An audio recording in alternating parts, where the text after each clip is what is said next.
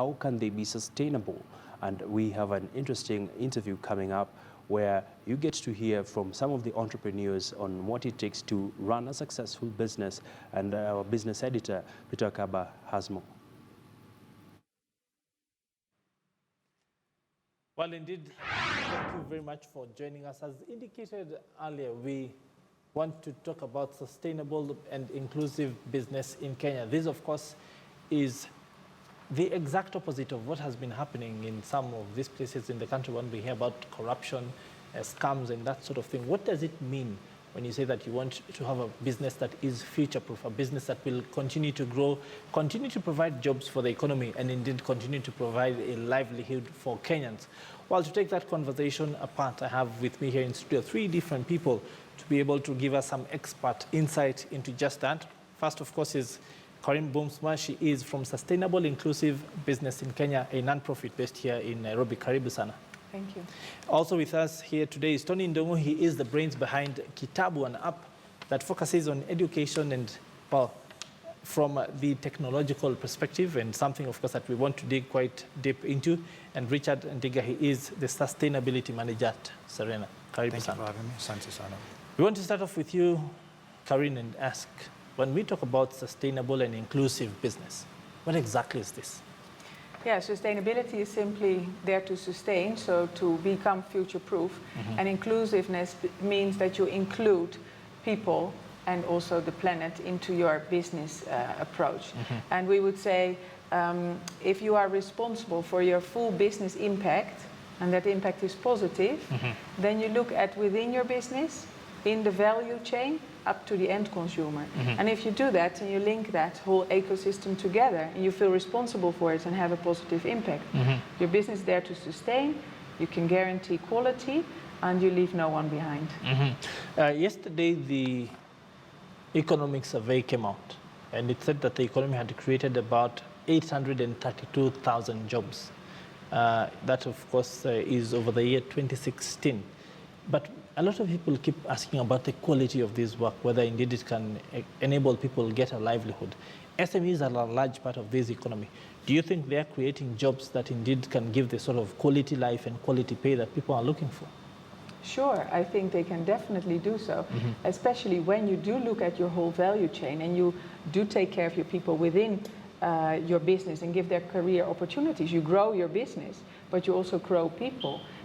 We also have to look at the link between businesses and the needed skills. And that conversation we're having, for instance, on the conference we're organizing next week on sustainable and inclusive business practice. Because there is a gap between skilled people and the needs within businesses. And again, it's a need for a new mindset on business. We have to work together. We have to create new partnerships. So we link all those elements. You need specific types of skills. Then you can employ the right people and you can grow your business. If they are not there, but people are there, it will not be a match. Let's come to Richard right here. For me, it's interesting that an organization such as TPS East Africa would even hire a sustainability manager. Why is that the case? Why your job?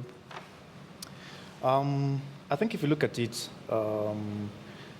where Serena is currently within East Africa and Mozambique and also Southern Africa, we've got a regional office, and having 24 properties, and also looking at the resources that we benefit off in terms of natural resources, and also looking at the competitive edge, looking at our strategy right now. I think it's befitting for us to, and it was actually 5 years ago that we consciously decided let's move to this aspect of hiring a sustainability manager. And that has been informed by many things, and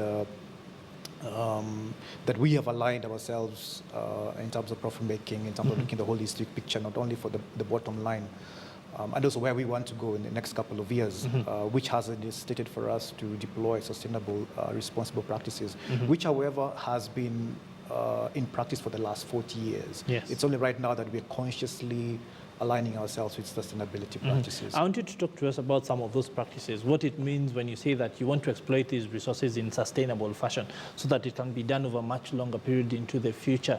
If you talk to us about things, I know you impact a lot on the environment, things like water. Some of your facilities are located in parks. Yep. In big cities. How do you ensure that your business first will run, will be there tomorrow, but also is able to work well with the community it works or lives or is located in, and also that these resources are then exploited in a fair and sustainable way? Yeah. Serena Group TPS East Africa is under the aegis of Aga Khan Development Network. Yes. And what we do, and being under the umbrella of AKDN, Aga Khan Development Network, yes, is that we try and improve the quality of life wherever we are. And as I was saying earlier on, our mandate goes beyond making profit. And that means looking at all the issues that affect us, be it energy, be it water, be it supply chains, be it carbon, be it youth employment, be it climate change. So what has happened is that we look at all these aspects and look for practical solutions that can give us sustainable solutions. Yes. And when that happens, when you're looking at it and integrating all these solutions with the processes, business operations, it helps us, and automatically the other stakeholders benefit, be it the community where we are, and be it the guests, the tourists, the clients who actually come into our different properties, be it the ecosystem where we are in, the natural resources. So I think for us, it's more or less looking at the bigger picture, looking at the competition that is currently there, and sustainability gives us a competitive edge. So this involves things like involving ourselves in conservation activities, yes, looking at how we can mitigate climate change, looking at having ethical supply chains, looking at how do we engage the local community to produce supplies that we can buy from them. At the end of the day, they improve their quality of life, because that means they can get money, they can take their kids to school, yes, and things like that. And also looking at ways that we can have efficient ways of conserving energy,